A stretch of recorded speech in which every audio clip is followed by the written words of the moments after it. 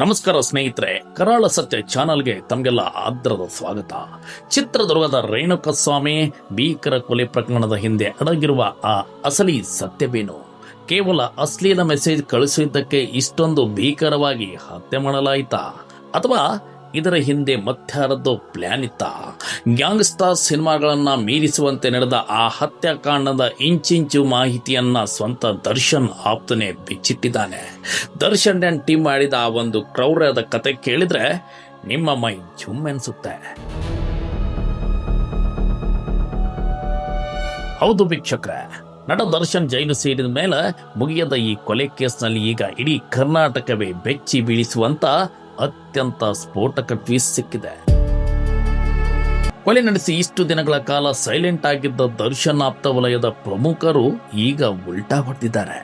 ಪ್ರಕರಣದ 14ನೇ ಆರೋಪಿ ಪ್ರದೋಷ್ ಕೋರ್ಟ್ಗೆ ಬರೋಬ್ಬರಿ 11 ಪುಟಗಳ ಕ್ಷಮಾದಾನ ಅರ್ಜಿಯನ್ನ ಸಲ್ಲಿಸಿ ಇಡೀ ಪ್ರಕರಣದ ಜಾತಕವನ್ನೇ ಬಿಚ್ಚಿಟ್ಟಿದ್ದಾನೆ. ಸಾರ್, ನನ್ನದೇನು ತಪ್ಪಿಲ್ಲ ಸಾರ್. ದರ್ಶನ್ ಮತ್ತು ಗ್ಯಾಂಗ್ ಮಾಡಿದ ಆ ಪಾಪದ ಕೆಲಸಗಳನ್ನ ನಾನು ಕಣ್ಣಾರೆ ನೋಡಿದ್ದೇನೆ ಎಂದು ಕೋರ್ಟ್ ಮುಂದೆ ಕಣ್ಣೀರು ಹಾಕಿದ್ದಾನೆ. ಹಾಗಾದರೆ ಪ್ರದೋಷ್ ಸಲ್ಲಿಸಿರುವ ಆ 11 ಪುಟಗಳ ಅರ್ಜಿಯಲ್ಲಿ ಏನಿದೆ? ದರ್ಶನ್ ಮಾಡಿದ ಆ ಭೀಕರ ಹಲ್ಲೆಗಳ ರಹಸ್ಯವೇನು?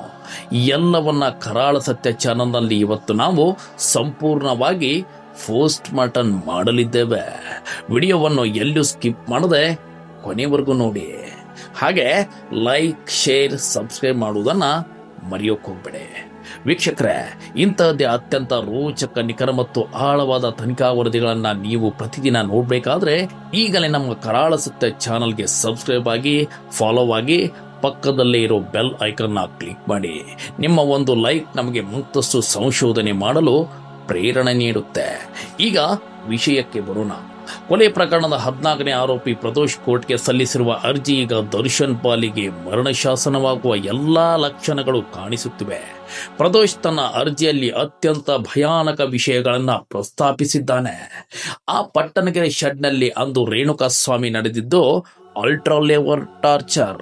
ಪ್ರದೋಷ್ ಹೇಳುವ ಪ್ರಕಾರ ದರ್ಶನ್ ಮತ್ತು ಅವರ ಗ್ಯಾಂಗ್ ರೇಣುಕಸ್ವಾಮಿಯನ್ನ ಪ್ರಾಣಿಗಿಂತ ಕಡಿಯಾಗಿ ಹೊಡೆದಿದ್ರಂತೆ. ಬೇಡ ಸಾರ್, ಹೊಡಿಬೇಡಿ, ಬಿಟ್ಟು ಬಿಡಿ ಎಂದು ನಾನು ಎಷ್ಟೇ ಕೈ ಮುಗಿದು ಬೇಡ್ಕೊಂಡ್ರು ಯಾರೊಬ್ಬರೂ ಕೇಳಲಿಲ್ಲ.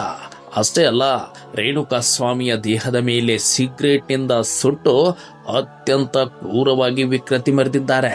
ಸ್ವತಃ ನಟ ದರ್ಶನ್ ಅವರೇ ರೇಣುಕಸ್ವಾಮಿ ಮೇಲೆ ಮಾರಣಾಂತಿಕ ಹಲ್ಲೆ ನಡೆಸಿದ್ದಾರೆ ಎಂದು ಪ್ರದೋಷ್ ತನ್ನ ಅರ್ಜಿಯಲ್ಲಿ ಸ್ಪಷ್ಟವಾಗಿ ಉಲ್ಲೇಖಿಸಿದ್ದಾನೆ.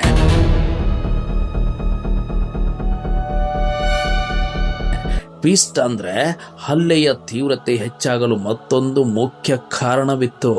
ಹಲ್ಲೆ ನಡೆಸುವಾಗ ರೇಣುಕಸ್ವಾಮಿಯ ಮೊಬೈಲ್ ಅನ್ನು ಕಿತ್ತುಕೊಂಡು ಪರಿಶೀಲಿಸಿದಾಗ ಆತ ಕೇವಲ ಪವಿತ್ರ ಗೌಡಿಗೆ ಮಾತ್ರವಲ್ಲದೆ ಇನ್ನು 3 ಪ್ರಭಾವಿ ಮಹಿಳೆಯರಿಗೂ ಅಶ್ಲೀಲ ಮೆಸೇಜ್ಗಳನ್ನ ಕಳುಹಿಸಿರುವುದು ಬೆಳಕಿಗೆ ಬಂದಿತ್ತು.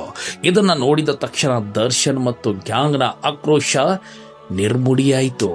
ಆತನ ಮೇಲೆ ರಾಕ್ಷಸರಂತೆ ಮುಗಿಬಿದ್ದು ಹೊಡೆದ್ರಂತೆ.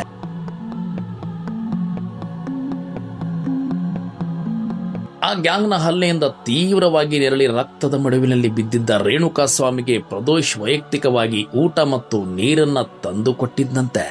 ಆದರೆ ಪರಿಸ್ಥಿತಿ ಆಗಲೇ ಕೈಮೀರಿ ಹೋಗಿತ್ತು. ಕೊಲೆ ನಡೆದ ನಂತರ ಏನಾಗಿತ್ತು ಗೊತ್ತಾ? ಚಾಲಕ ರವಿಶಂಕರ್ ಬಂದು ರೇಣುಕಸ್ವಾಮಿ ಸತ್ತು ಹೋಗಿದ್ದಾನೆ ಎಂದು ಹೇಳಿದ ತಕ್ಷಣ ದರ್ಶನ್ ಇಡೀ ಬಾಡಿ ನಡುಗಿ ಹೋಗಿತ್ತು. ತೀವ್ರ ಆತಂಕಕ್ಕೊಳಗಾದ ದರ್ಶನ್ ಪ್ರದೋಷ್ನ ಶರ್ಟ್ ಹಿಡಿದು ಬೆದರಿಕೆ ಹಾಕಿದ್ದಂತೆ. ನೋಡೋ ಪ್ರದೋಷ್, ಈ ಕೊಲೆ ಕೇಸ್ನಿಂದ ಪಾರಾಗಲು ನನಗೆ ಸಹಾಯ ಮಾಡದಿದ್ರೆ ನಾನೇ ಈಗ ಗುಂಡು ಹಾರಿಸಿಕೊಂಡು ಸಾಯುತ್ತೇನೆ, ನಾನು ಬದುಕಲ್ಲ ಎಂದು ಎಮೋಷನಲ್ ಆಗಿ ಬ್ಲ್ಯಾಕ್ಮೇಲ್ ಮಾಡಿದ್ದಂತೆ. ಆ ತೀವ್ರ ಭಯದಿಂದ ನಾನು ಶವ ವಿಲೇವಾರಿ ಮಾಡಲು ಮತ್ತು ಕೇಸ್ ಮುಚ್ಚಿ ಹಾಕಲು ಅನಿವಾರ್ಯವಾಗಿ ಹಣದ ವ್ಯವಸ್ಥೆ ಮಾಡಿ ಸಹಾಯ ಮಾಡಬೇಕಾಗಿದೆ ಎಂದು ಪ್ರದೋಷ್ ಸತ್ಯ ಒಪ್ಪಿಕೊಂಡಿದ್ದಾನೆ. ಅಷ್ಟೇ ಅಲ್ಲ, ಪೊಲೀಸರಿಗೆ ಶರಣಾಗಲು 2 ವ್ಯಕ್ತಿಗಳಿಗೆ ಹಣ ನೀಡಿದ್ದು ಕೂಡ ಇದೇ ಪ್ರದೋಷ್. ಕತೆ ಇಲ್ಲಿ ಮುಗಿಯಲ್ಲ ಸ್ನೇಹಿತರೆ. ಕೊಲೆ ಕೇಸ್ನಲ್ಲಿ ಸಿಕ್ಕಿಬಿದ್ದು ಪರಪ್ಪರ ಆಗ್ರಹ ಜೈಲು ಸೇರಿದ ಮೇಲೂ ದರ್ಶನ್ ಇವರನ್ನ ಬಿಟ್ಟಿಲ್ಲ. ಜೈಲೊಳಗೂ ಸಹ ದರ್ಶನ್ ಮತ್ತು ಅವರ ಕಡೆಯವರು ತಮಗೆ ನಿರಂತರವಾಗಿ ಮಾನಸಿಕ ಮತ್ತು ದೈಹಿಕ ಕಿರುಕುಳ ನೀಡುತ್ತಿದ್ದಾರೆ ಎಂದು ಪ್ರದೋಷ್ ಗಂಭೀರ ಆರೋಪ ಮಾಡಿದ್ದಾನೆ. ದರ್ಶನ್ ಅವರ ಈ ಟಾರ್ಚರ್ನಿಂದ ತಾನು ಮಾನಸಿಕವಾಗಿ ಸಂಪೂರ್ಣ ಕುಗ್ಗಿ ಹೋಗಿದ್ದೇನೆ. ನನಗೆ ಜೈಲಿನಲ್ಲಿ ದರ್ಶನ್ ಗ್ಯಾಂಗ್ನಿಂದ ಜೀವ ಭಯ ಇದೆ ಸಾರ್ ಅಂತ ಪ್ರದೋಷ್ ಹೇಳಿಕೆಯನ್ನ ನೀಡಿದ್ದಾನೆ. ದಯವಿಟ್ಟು ನನ್ನನ್ನು ಪ್ರತ್ಯೇಕ ಸೆಲ್ಗೆ ಶಿಫ್ಟ್ ಮಾಡಿ ಭದ್ರತೆ ಕೊಡಿ ಎಂದು ಪ್ರದೇಶ್ ಜೈಲು ಅಧಿಕಾರಿಗಳಿಗೆ ಹಾಗೂ ಕೋರ್ಟ್ಗೆ ಮನವಿಯನ್ನ ಮಾಡಿಕೊಂಡಿದ್ದಾನೆ. ಇದು ಕೇವಲ ಪ್ರದೋಷ್ ಕಥೆಯಲ್ಲ, ದರ್ಶನ್ ಪಾಲಿಗೆ ಅಸಲಿ ಶನಿ ಶುರುವಾಗುವುದೇ ಇಲ್ಲಿ. ಯಾಕಂದ್ರೆ ಪ್ರದೋಷ್ A14 ಮಾತ್ರವಲ್ಲ, ಆತನ ಬೆನ್ನಲ್ಲೇ ಆರೋಪಿ ನಂಬರ್ 10 ವಿನಯ್ ಮತ್ತು ಆರೋಪಿ ನಂಬರ್ 8 ಚಾಲಕ ರವಿಶಂಕರ್ ಕೂಡ ತಾವು ಮಾಪಿ ಸಾಕ್ಷ್ಯ ಆಗಲು, ಅಂದರೆ ಅಪ್ರೂವರ್ ಆಗಲು ರೆಡಿ ಎಂದು ಕೋರ್ಟ್ ಮೆಟ್ಲೇಲಿದ್ದಾರೆ. ಅಂದರೆ ದರ್ಶನ್ ನಂಬಿದ್ದ ಸ್ವಂತ ಆಪ್ತರೆ ಈಗ ದರ್ಶನ್ ವಿರುದ್ಧ ಕೋರ್ಟ್ನಲ್ಲಿ ಸಾಕ್ಷಿ ಹೇಳಲು, ತಮಗೆ ಗೊತ್ತಿರುವ ಎಲ್ಲಾ ಕರಾಳ ಸತ್ಯಗಳನ್ನ ಒಪ್ಪಿಕೊಳ್ಳಲು ಸಿದ್ಧರಾಗಿದ್ದಾರೆ. ಇತ್ತ ವಿಶೇಷ ಅಭಿಯೋಜಕರಾದ SS ಪ್ರಸನ್ನಕುಮಾರ್ ಅವರು ಪ್ರಕರಣದ ಪ್ರಮುಖ ಸಾಕ್ಷಿಯಾಗಿದ್ದ ರೇಣುಕಾಸ್ವಾಮಿ ತಾಯಿ ಸೇರಿದಂತೆ ಇಬ್ಬರು ಸಾಕ್ಷಿಗಳು ಉಲ್ಟಾ ಹೊಡೆದಿರುವುದರಿಂದ ಈ ಕೇಸ್ನಲ್ಲಿ ನ್ಯಾಯ ಸಿಗಬೇಕಾದ್ರೆ ಪ್ರದೋಷ್ ನೀಡುವ ಸಾಕ್ಷಿ ಅತ್ಯಂತ ಪ್ರಮುಖವಾಗಿ ಎಂದು ಹೇಳಿ ಆತನಿಗೆ ಕ್ಷಮಾದಾನ ನೀಡಲು ಸಮ್ಮತಿಸುತ್ತಿದ್ದಾರೆ. ಆದರೆ ದರ್ಶನ್ ಪರ ಹಿರಿಯ ವಕೀಲರಾದ ಹಸ್ಮತ್ ಪಾಷಾ ಅವರು ಇದನ್ನ ಉಗ್ರವಾಗಿ ವಿರೋಧಿಸಿದ್ದಾರೆ. ಇದು ಕಾನೂನು ಬಾಹಿರ, ಈಗಾಗಲೇ ಸಾಕಷ್ಟು ಸಾಕ್ಷ್ಯಗಳಿರುವಾಗ ಇವನನ್ನು ಮಾಪಿ ಸಾಕ್ಷಿ ಮಾಡುವ ಅಗತ್ಯ ಇಲ್ಲೆಂದು ವಾದಿಸಿದ್ದಾರೆ. ಇದಕ್ಕೆಲ್ಲ ಸುದೀರ್ಘವಾದ ಪ್ರತಿವಾದವನ್ನ ಆಲಿಸಿದ ಬೆಂಗಳೂರಿನ 59ನ CCH ನ್ಯಾಯಾಲಯವು ಈ ಹೈ ವೋಲ್ಟೇಜ್ ತೀರ್ಪನ್ನ ಆಗಸ್ಟ್ 10ಕ್ಕೆ ಕಾಯ್ದಿರಿಸಿದೆ. ಆಗಸ್ಟ್ 10ರಂದು ಕೋರ್ಟ್ ಏನಾದರೂ ಪ್ರದೋಷ್ ಅರ್ಜಿಯನ್ನ ಪುರಸ್ಕರಿಸಿದ್ರೆ ದರ್ಶನ್ ಜೈಲಿನಿಂದ ಹೊರಬರುವುದು, ಸೂರ್ಯ ಮುಳುಗುವುದು ಎಷ್ಟು ಸತ್ಯವೋ ಅಷ್ಟೇ ಅಸಾಧ್ಯವಾಗಬಹುದು. ವೀಕ್ಷಕರೇ, ರೇಣುಕಾಸ್ವಾಮಿ ಕೊಲೆ ಪ್ರಕರಣದ ಈ ಲೇಟೆಸ್ಟ್ ಟ್ವಿಸ್ಟ್ ಬಗ್ಗೆ ನಿಮ್ಮ ಅಭಿಪ್ರಾಯವೇನು? ಕಾಮೆಂಟ್ ಮುಖಾಂತರ ತಿಳಿಸಿ. ಪ್ರದೋಷ್ಗೆ ಕ್ಷಮಾದಾನ ಸಿಗ್ಬೇಕಾ? ದರ್ಶನ್ ಪರ ಆಪ್ತರೆ ಉಲ್ಟಾ ಹೊಡೆದಿರೋ ಬಗ್ಗೆ ನೀವೇನಂತೀರಾ?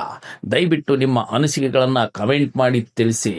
ಇದೇ ರೀತಿ ಮತ್ತಷ್ಟು ರೋಚಕ ಮತ್ತು ಕರಾಳ ಸತ್ಯಗಳ ವಿಡಿಯೋಗಳಿಗಾಗಿ ನಮ್ಮ ಕರಾಳ ಸತ್ಯ ಚಾನಲ್ ಅನ್ನು ಈಗಲೇ ಲೈಕ್ ಮಾಡಿ, ಶೇರ್ ಮಾಡಿ ಮತ್ತು ತಪ್ಪದೆ ಸಬ್ಸ್ಕ್ರೈಬ್ ಮಾಡಿ.